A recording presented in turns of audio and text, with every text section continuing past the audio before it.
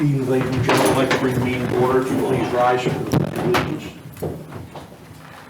I pledge allegiance to the flag of the United States of America, to the republic for which it stands, one nation, under God, indivisible, with liberty and justice for all. Good evening, everyone. This is July 16th, 2024 meeting of the Acorn City Municipal Land Use Board.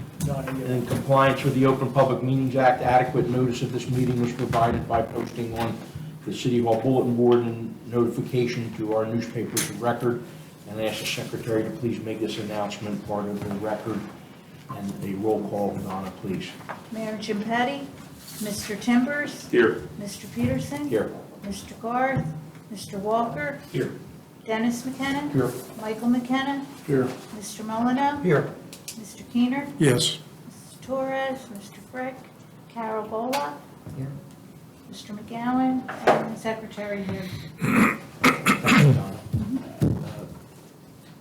Donna. Minutes, May 21. Approval, is there a motion? I'll make a motion. Second? Second. Any other discussion? All in favor, please say aye. Aye. Anyone opposed? Minutes are approved, thank you. We have two resolutions. Resolution 2024-03, Jersey Drone LLC, 1401 Bremen Avenue. Need a motion on the Make a resolution. motion. I'll second it. Roll call, please, Donna. Mr. Timbers.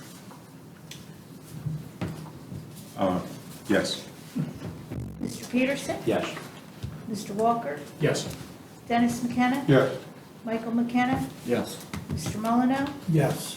Mr. Keener. Yes. Next, amending Resolution 2024-02, Spread the Gospel. Need a motion on the resolution. So moved. Second? Second. Any discussion? All in favor, please say aye. I'm sorry, roll call, Donna. Mr. Timbers. Yes. Mr. Peterson. Yes. Mr. Walker. Yes. Dennis McKenna. Yes. Michael McKenna. Yes. Mr. Molyneux. Yes. Mr. Keener. Yes. Thank you, folks. New business, Carol, you're on. All right, so, and don't leave with these books, it's very hard to get them out of the state, it's like they don't print them here. So, the point of this booklet is, and I said this, Carl, before you arrived, it's basically another layer of protection for you if anybody from the public sues you. If you haven't undergone this training, it's one less layer of protection that you have. And the motto of this is, listen to me, and if you fight with me, it's at your it's to your detriment. So, page 2, land use liability. The basic principle of this land use law is that no person has the right to use property in a fashion that threatens public safety. And if you go to the bullets, land use is a quasi-judicial function. And the point of that is, and we just had this with the Leafy Delights, when people haven't published in the newspaper or proven to Donna that they've sent out all the mailings, it's a problem. We don't have jurisdiction. The doors close. It's not a matter of, well, there's only one that they forgot. Can't do it. So that's really important. Land use disputes rarely become liability claims against you because of the broad immunities. In fact, individual members of land use boards have the same protection from lawsuits as judges. However, that's the however word is the important part. These immunities do not apply when a land use board violates an applicant's civil rights. And I'll explain that to you in a moment. In these situations, monetary damages can be awarded to the applicant, including attorney's fees, personally out of your pockets. The key thing that you'll hear me say often when people reach out to me especially, I don't mind taking phone calls, answering emails, but we need to make sure that we're not violating the Sunshine Law. You don't want to be group emailing me because we're supposed to be having certain conversations in public. And when I find out, or you ask me if it's okay to visit a site, which you're encouraged to do. You're encouraged to know the property that you're gonna make decisions about. But going out, talking to neighbors, talking to the applicant, that's where it gets hairy.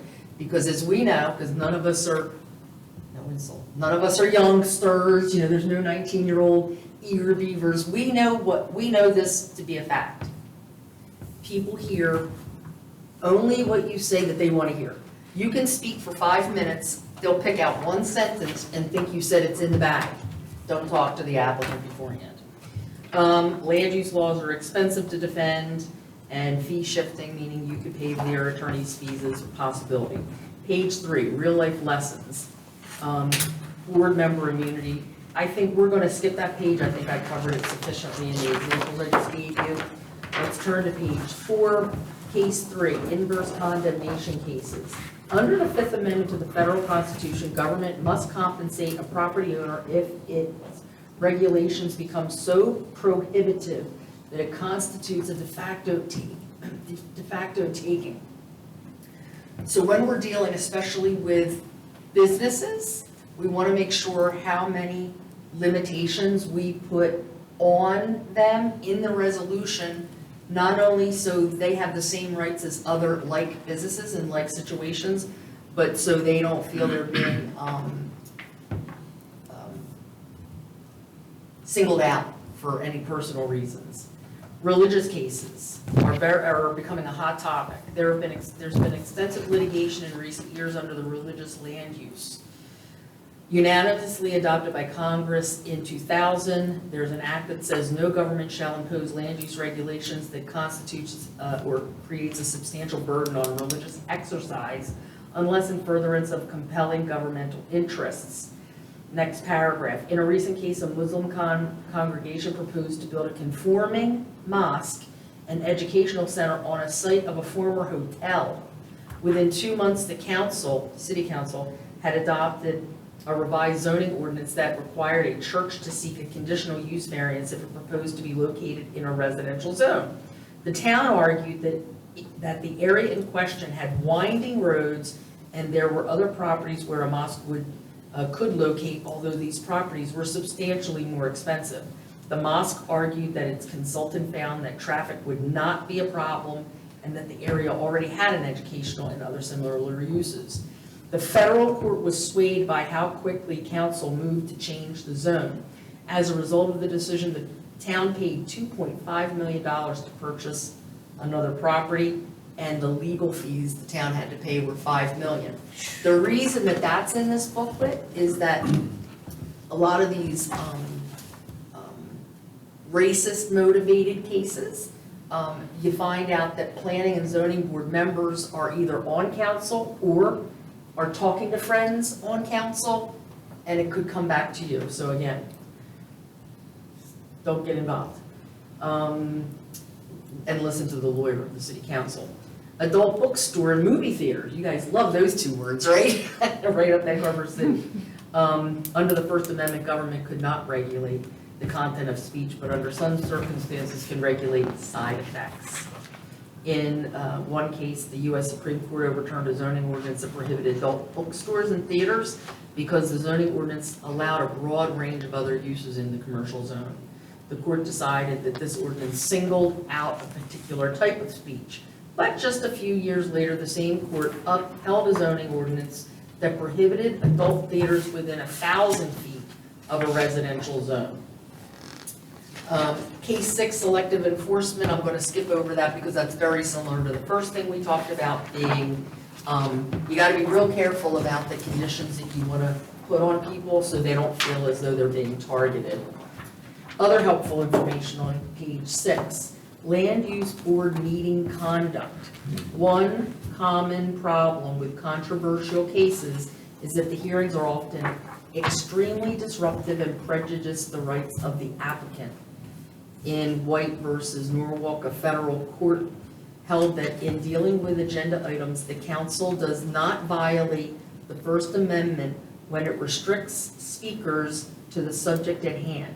While speakers cannot be stopped from speaking because the moderator disagrees with a viewpoint, It certainly may stop him if his speech becomes irrelevant or repetitious. One of the most important factors in this case is that the town establish a reasonable decorum, rules of decorum by ordinance and consistently enforce these standards. Do you guys have rules? Do you have like a set of bylaws, rules for the board? If it exists, I don't think we've ever seen it. Okay, what I can do, again, we don't have to do it right away, and we don't have to do it after a long meeting. But the book I usually have when we have applicants, Cox, it's the Bible of land use. It has model rules in there. We don't need to reinvent the wheel, but it is important that you have rules in place, because if you have a really contentious meeting and you start to restrict people, they're going to say you're being arbitrary if you don't have rules that say X, Y, and Z is going to be tolerated and accepted. And one of the most common questions I get asked by boards is, can we limit the amount of time somebody can speak? That's a real popular thing boards want to do. You can't. You can say, look, unless you've got something new to say, we're going to limit you to 5 minutes, because people will stand up and they'll want to say the same 10, 12-minute thing that their neighbor said. So if we gently say, okay, we're going to keep it to 5 minutes unless there's something new that we need to hear, and you don't have to, you can just say, I agree with everything Molly said, and this is what I want to add. And as long as they see that coming, because we know what's going to be coming. I know in the beginning of the year, at least on city council, they always adopt the Roberts rules Yes. of order. So is that similar to what you're talking about? The rules, part of the rules of conduct will incorporate Robert's Rule of Parliamentary Procedure. Okay. So does the board need to adopt its own resolution or something like that, or will the council rules apply to us also? No, you need your own rules. Yep. And I'll circulate the model rules, and you can look them over and decide whether or not you need to modify them at all. So make note at the bottom of page 6, you guys can, under New Jersey law, can limit comments to the issues that are relevant to what a board may consider when reaching a decision, which is different than city council. City council can't. Any member of the public can come to any city council meeting and say that they want to talk about any new business. We don't have to do that, because we only have jurisdiction over very, very limited issues. If somebody, I don't remember what the topic was, but I sat here thinking, okay, I'll let this go a little bit, but how long do we want to listen to something we have absolutely no jurisdiction over? It's pointless. And you don't want to lead somebody who's speaking to believe that we're the answer to their problem.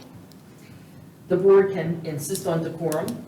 However, boards may not appear to be singling out an individual, and you have to see, everybody look at that last sentence on page 6.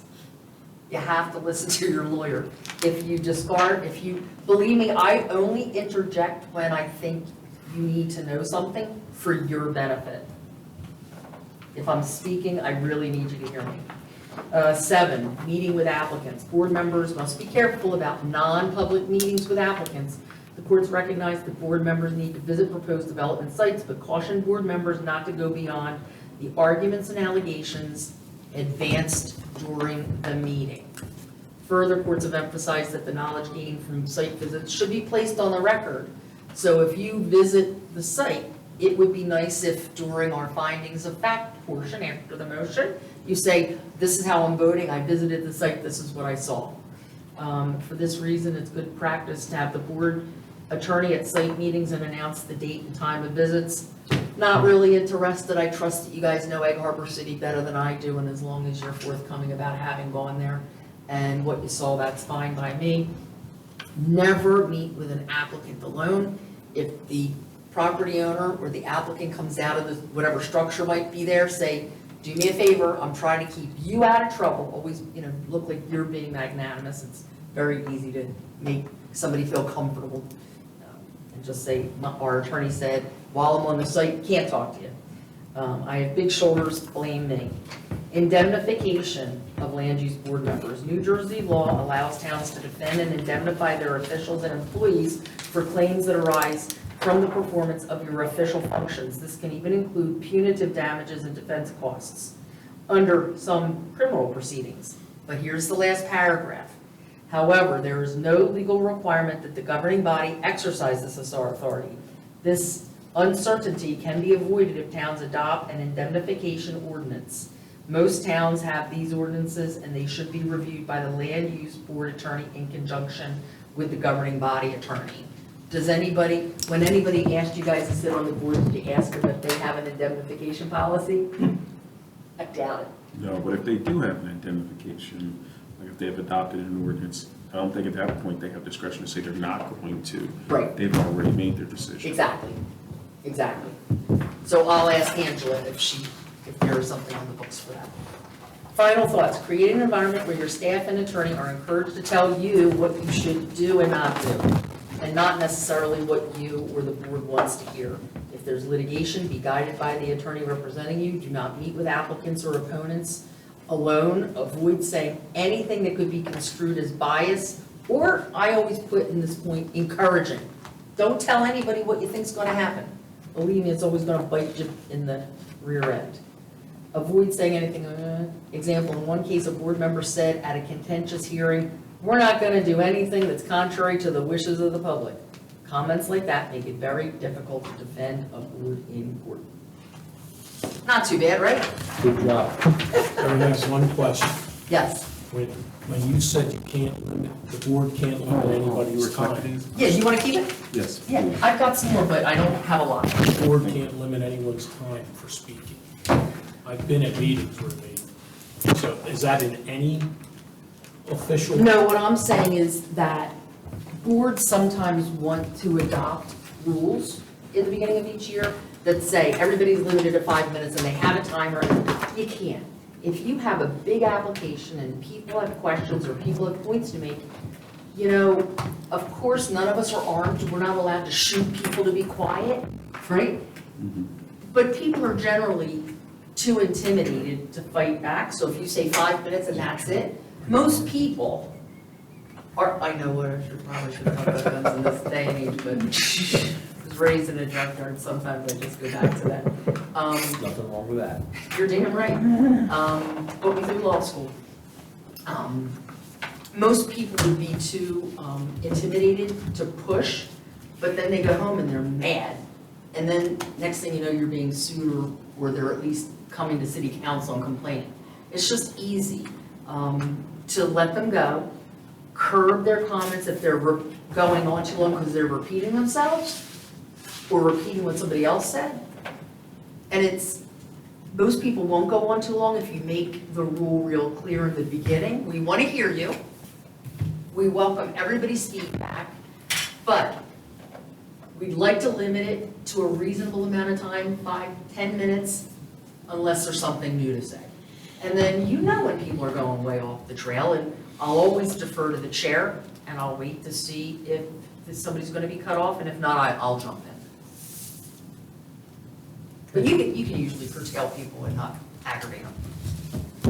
Although we all know every town has that handful of people that are going to be prickly pears no matter what you do, and you handle that situation as appropriate when it arises. Well, I'm glad you brought that book, Carol, because I think I broke every rule on every page. No, and I think most of you know, because it's a small community, I served Mullica for many, many, many, many, many, many years. Between my former partner, who's now retired, and I, we represented their land use board for 23 years. Never once was the board sued.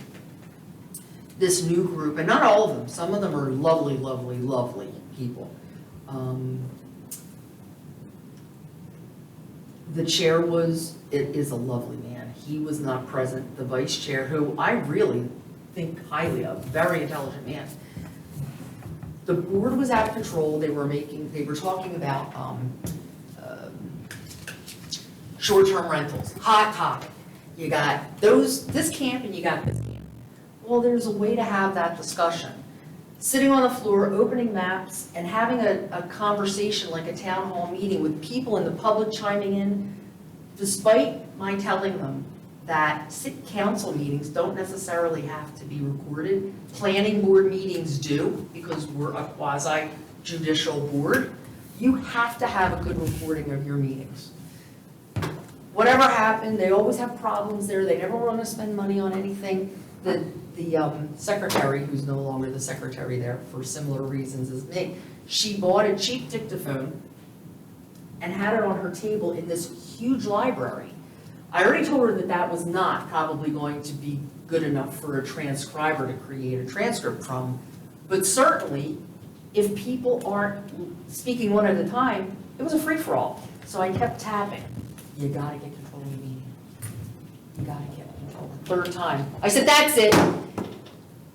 Somebody asked me a question and I blurted out, I'm sorry, I'm too busy drafting my letter of resignation. What was your question? And I was done that month.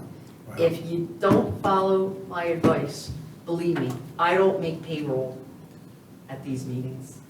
If you see the contract, and you know, I do this one because I've been doing it so long, and part of it is, so Rachel learns the ropes. She's waiting for her wedding shoes to be delivered by FedEx tonight. They were supposed to be there by 3, and somebody's got to sign for them, so that's why she's not here with us. But I don't need to sit here knowing that it's a matter of time before I'm forced to be in court to represent you about the very thing I told you not to do. Okay, you're 5 So far, we're good though. So far, very good. You're 5 minutes or so. I'm done. I'm done. Thank you for watching out for us. Sure, no problem. We appreciate it. Okay, any old business, council report? I have a question, it might be old business. The church, I see there's caution tape around the church on Philadelphia Avenue. The roof went in and the walls came out. When's that Really? When's that getting done? Do you know, Don? I do not know that. We're gonna have the construction official look at it tomorrow, but I don't know what's gonna happen with that. Yeah, it looks Because like if it's bad we- electrical. If we say it has to come down, isn't it that then the city would have to pay for it, right? Yeah, and put a lien on the property. Yeah. So. Which church? The Baptist church by the red light, Moss Mill Road red light, the one That that's. little church. that- Yeah, I mean, the walls are actually split Yeah. coming out and the roof It went wasn't that down. many years ago they were having a mass or a church there. That's scary. So, It's been some time, I'd say 10 years. has it been that long? Yeah, Time flies. yeah, but it's, Yeah, looks I like a just- dangerous situation right now. I just saw the photos today, so I mean, I might have more. Even if you call the office tomorrow, Steve probably can, answer some more questions on it, or at least until we find out what the construction official, needs to do. Yeah, I don't know whether a fence is appropriate, a temporary fence, I don't know what has to be done legally there, but caution tape's not going to deter anybody, because it's only caution tape to the front. For all the people. Yeah, everybody's going to go out there and stare at it. I think the city owns it, doesn't it? City owns City it? owns it. I'm not sure. Well, they couldn't lien it because they wouldn't be paying taxes, so I don't know how the city would get it. Okay. I'm just talking out loud, like I think I know what I'm talking about. Typically, the city has to declare it an imminent hazard if they're gonna say it's an emergency to bring it down. There should be an official that we have that does that. It's a construction official can do it. Well, That's- the property is, I'm gonna guess is worthless because it's so low back up in there. Yeah, I would don't say. think you ever do anything. But there's new, I know there's like a new, like DCA has put something out that even if we wanted to do that and declare it an imminent hazard, we have to encumber the funds first. So there's like some procedures that Probably have to get CFO would have finance to do. permit too. If it's over 50 years old, to Yeah. knock it down, you do. Yep. Well, it's, I mean, I was just it's arguing like about a that dangerous. this site week, to me. that same issue, because we had a fire in Atlantic City. Yeah, this is new life of Put Evangelist some Church. temporary fence over it. Still owns it. So, the CFO was arguing with the Director of License and Inspection about the authority to bring it down versus the procedures and encumbering the funds to pay the company that will bring it down. So it will- You guys are talking though again about something that's very interesting to me. And if I'm misinterpreting, I apologize. This is not within your jurisdiction. Every one of you are a citizen of Egg Harbor City and have a right to call the code official, building inspector, whatever title you want to use, and say, I'm seeing something very safe, what is being done about it? You understand that the board has no jurisdiction over something that's unsafe, completely out of your jurisdiction. Okay. Well, my concern was that you have, it's summertime, you have kids walking back and forth to the lake. Riding bikes, And Right. If you see something like that, when I was a kid one time, I'd go over there. Just make sure you know that saying something at a meeting like this, Right, I understand. right, tomorrow, everybody should call the building office, the code office, the construction I'm going office. to call Donna. Yeah, we're done. She's got a lot of hats. No, they can call. We just discussed this today. So it has to be brought up to the construction official, and he comes in on Wednesdays. Okay. Anyone from the public wish to comment? Right, no? Any other comments from the board? Motion to adjourn? Second. All in favor, please say aye. Aye. You're adjourned, thank you, folks. I need a second. And you did first? You said 5 minutes, it was 25 minutes, Donna. Yeah, but she didn't know about the dip She tree. did, right. You snuck that right in there, and Yes, I did, I saw it opening and I. didn't hurt a bit. But Oh, you that's know what I okay. do want to ask you as chair? On nights where I don't have to see an opportunity to do training once a year, when you're only doing minutes and approving resolutions, what I do for other boards, so I don't have to charge for the monthly meeting fee, is I'm just available by phone, so if there's a question, I can answer It's it. a great Happy to idea. come out. I am happy to come out or send Rachel. So this would have been a prime Exactly. meeting for that, Yeah. except for the training. I never want you to think that I don't want to be here for you. No, I would just assume that you didn't have to make the trip if it wasn't necessary for you to be here. So we'll keep that in mind. Okay, perfect. Moving forward. Very good. It's good to see you. I had a question. Good to see you. Thanks for Comment. coming out. Thanks, Donna. So. Hey, as stay Rex cool, said, everybody. we have a city council report. They limit comment to the agenda items, and then at the end of the meeting, after executive session, they have good and welcome. So at that point, you can make it, who's still around, but typically,